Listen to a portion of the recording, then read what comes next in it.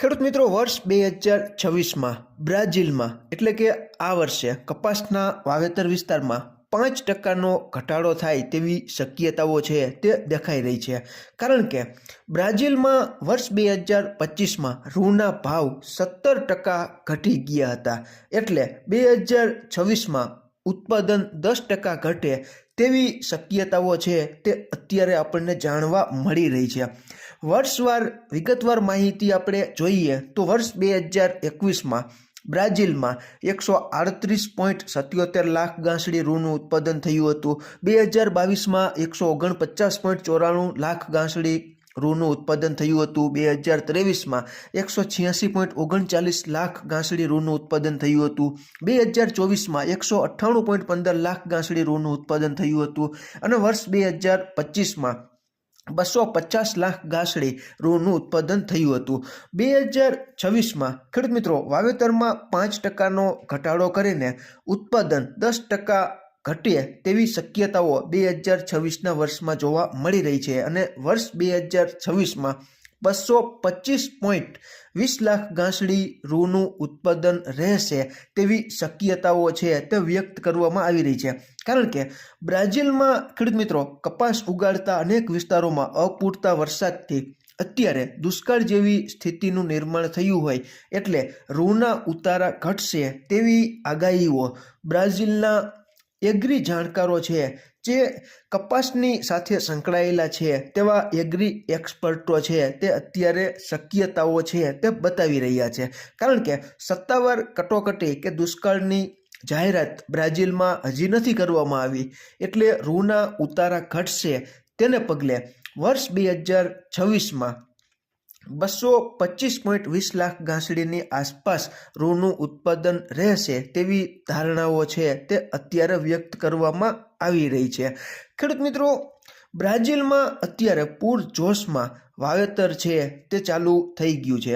અને બ્રાઝિલનો કપાસ છે તે ખાસ કરીને માર્કેટમાં એટલે કે બજારમાં મે જૂન મહિનામાં રૂનો નવો ક્રોપ છે, નવો પાક છે તે બજારમાં આવતો હોય છે.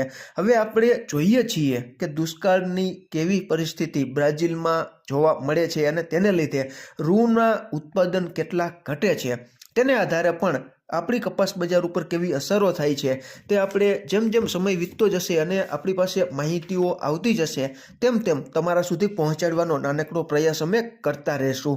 ખેડૂત મિત્રો, આજે તારીખ 3/1/2026ના રોજ ગુજરાતના અલગ અલગ વિસ્તારોમાં કપાસના 20 કિલોના ઊંચામાં ઊંચા ભાવ રાજકોટ 1570, મોરબી 1562, જેતપુર 1551, જામનગર 1590, જામજોધપુર 1550, બોટાદ 1603, બાબરા 1609, જસદણ 1575, હળવદ 1575, સાવરકુંડલા 1551, બગસરા 1590, કાલાવડ 1590, વાંકાનેર 1580, પાટણ 1540, વિસનગર 1573, સિદ્ધપુર 1570, ઉપલેટા 1555, તળાજા 1570, અંજાર 1587, ભાવનગર 1533, કડી 1561, વિજાપુર 1551, હિંમતનગર 1561, ખાંભા 1540, ધ્રોલ 1566, અમરેલી 1580, ગોંડલ 1596 અને માણાવદર 1610. ખેડૂત મિત્રો, આ માહિતી છે તે મારી પાસે જેટલું નોલેજ હતું તેટલી ભેગી કરીને તમારા સુધી અમે પહોંચાડેલી છે. ટૂંકમાં બ્રાઝિલ છે તે અત્યારે વિશ્વ બજારમાં કહેવાય ને કે ખૂબ અગ્રેસરનું સ્થાન છે તે વધારે ઉત્પાદન કરીને નિકાસમાં મેળવી રહ્યું છે. અને છેલ્લા ઘણા વર્ષોથી આ જે અગ્રેસર રહેવાની જે નેમ છે તે બ્રાઝિલે જાળવી રાખી છે. પરંતુ અત્યારે બ્રાઝિલમાં અપૂરતા વરસાદ જેવી પરિસ્થિતિ છે, ટૂંકમાં દુષ્કાળ જેવી સ્થિતિ છે તે સર્જાઈ છે. એટલે ગત વર્ષની તુલનાએ રૂના ઉતારા ઘટશે તેવી શક્યતાઓ બ્રાઝિલના એગ્રી એક્સપર્ટો છે તે અત્યારે કરી રહ્યા છે. અને આને લીધે જ આપણે જોયું હતું કે બ્રાઝિલમાં વર્ષ 2025માં 250 લાખ ગાંસડી રૂનું ઉત્પાદન થયું હતું. અને વર્ષ 2026માં આવા અનેક કારણોને લીધે રૂના ઉતારા ઘટતા અને વાવેતર વિસ્તારમાં પણ 5% જેટલો કાપ આવતા વર્ષ 2026માં 225.20 લાખ ગાંસડીની આસપાસ રૂનું ઉત્પાદન બ્રાઝિલમાં રહેશે તેવું ત્યાંના એગ્રી જાણકારો છે તે આગાહી વ્યક્ત કરી રહ્યા છે. ટૂંકમાં અનુમાનો કે શક્યતાઓ છે તે બતાવી રહ્યા છે. હવે આપણે જોઈએ છીએ કે આની અસર આવનારા સમયમાં ભારતીય કપાસ બજાર ઉપર કેવી પડે છે તે આપણે જોવાનું રહે છે.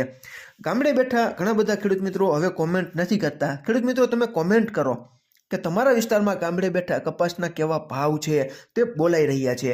અમે જાણીએ છીએ ત્યાં સુધી 1350થી 1570 અને અમુક વિસ્તારોમાં અતિ સારો કપાસ હોય તો 1570થી પણ ઉપરની સપાટીએ કદાચ તમારે ત્યાં કપાસના 20 કિલોના ઊંચામાં ઊંચા ભાવ બોલાતા હશે. તેવી માહિતી તમે કોમેન્ટમાં જણાવો તો જ અમને અને આપણા ખેડૂત મિત્રોને ખ્યાલ આવે કે આ વિસ્તારમાં કપાસના 20 કિલોના આવા ભાવ ગામડે બેઠા બોલાઈ રહ્યા છે. અત્યારે ખેડૂત મિત્રો, આપણે ત્યાં સારી ગુણવત્તાવાળો કપાસ હોય તો 1600ની ઉપરની સપાટીએ ગુજરાતના ઘણા ખરા વિસ્તારોમાં સારામાં સારા ભાવ છે તે મળી રહ્યા છે.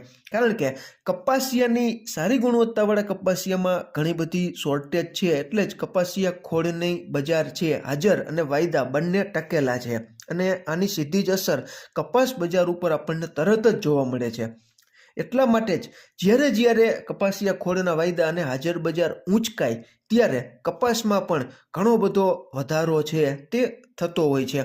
ખેડૂત મિત્રો, બ્રાઝિલમાં જેમ આ વર્ષે 5% વાવેતર ઘટે તેવી શક્યતા છે, તેવી જ રીતે ભારતમાં પણ આવનારી ચોમાસુ ઋતુમાં જો આવા ને આવા ભાવ રહેશે તો ઘણા બધા ખેડૂત મિત્રો પાસે વિકલ્પ છે. તેવા ખેડૂત મિત્રો બીજા પાકો પ્રત્યે આકર્ષણ વધારીને કપાસનું વાવેતર ઘટાડશે. કારણ કે અત્યારે આપણે જોઈ રહ્યા છીએ કે એક તો ગુલાબી ઈયળનો ઉપદ્રવ છે તે ઘણો બધો છે. હવે ગુલાબી ઈયળ આવી જાય તો વેણામણ ખર્ચ છે તે અનેક ગણો વધી જાય છે. આને ધ્યાનમાં રાખીને મોટાભાગના ખેડૂત મિત્રો કે જ્યાં પિયત પાણીની સુવિધાઓ છે, મજૂરોની સગવડ છે, તેવા ખેડૂત મિત્રો છે તે મગફળી છે અથવા તો તુવેર છે અથવા કપાસ કરતાં ખૂબ સારું એવું આર્થિક રીતે વળતર આપતા પાકોમાં મોટાભાગના ખેડૂત મિત્રો જો આવી જ રીતે કપાસની બજાર ચાલશે અને ભાવ મળશે તો આવતા વર્ષે ભારતમાં પણ કપાસના વાવેતર વિસ્તારમાં ઘણો બધો ઘટાડો જોવા મળશે તેવું અત્યારે ઘણા બધા લોકોને અને મને લાગી રહ્યું છે. ખેડૂત મિત્રો, આમાં ક્યાંય ભૂલ હોય અને તમારી પાસે નવી અપડેટ હોય તો તમે કોમેન્ટમાં ચોક્કસ અમારું ધ્યાન દોરી શકો છો. કારણ કે ઘણી વખત આંકડાકીય માહિતીઓમાં અમારાથી પણ ક્યાંક ને ક્યાંક ભૂલ થઈ ગઈ હોય છે. ખેડૂત મિત્રો, માત્ર જાણકારીના હેતુ માટે જ આ માહિતી તમારા સુધી અમે પહોંચાડીએ છીએ. અમે ક્યારેય તમારે કપાસની લેવડ દેવડ અંગેની સલાહ કે સંગ્રહખોરીની સલાહ નથી આપતા. ટૂંકમાં તમારે તમારો પોતાનો કપાસ રાખવો કે વેચી નાખવો તેનો યોગ્ય નિર્ણય અમારી માહિતીને ધ્યાનમાં રાખીને નથી લેવાનો, પરંતુ તમારી પોતાની આર્થિક નાણાકીય જોખમ સહન કરવાની શક્તિને ધ્યાનમાં રાખીને તમારે તમારો કપાસ રાખવો કે વેચી નાખવો તેનો યોગ્ય નિર્ણય સંપૂર્ણ તમારા ભરોસે તમે લઈ શકો છો. આભાર.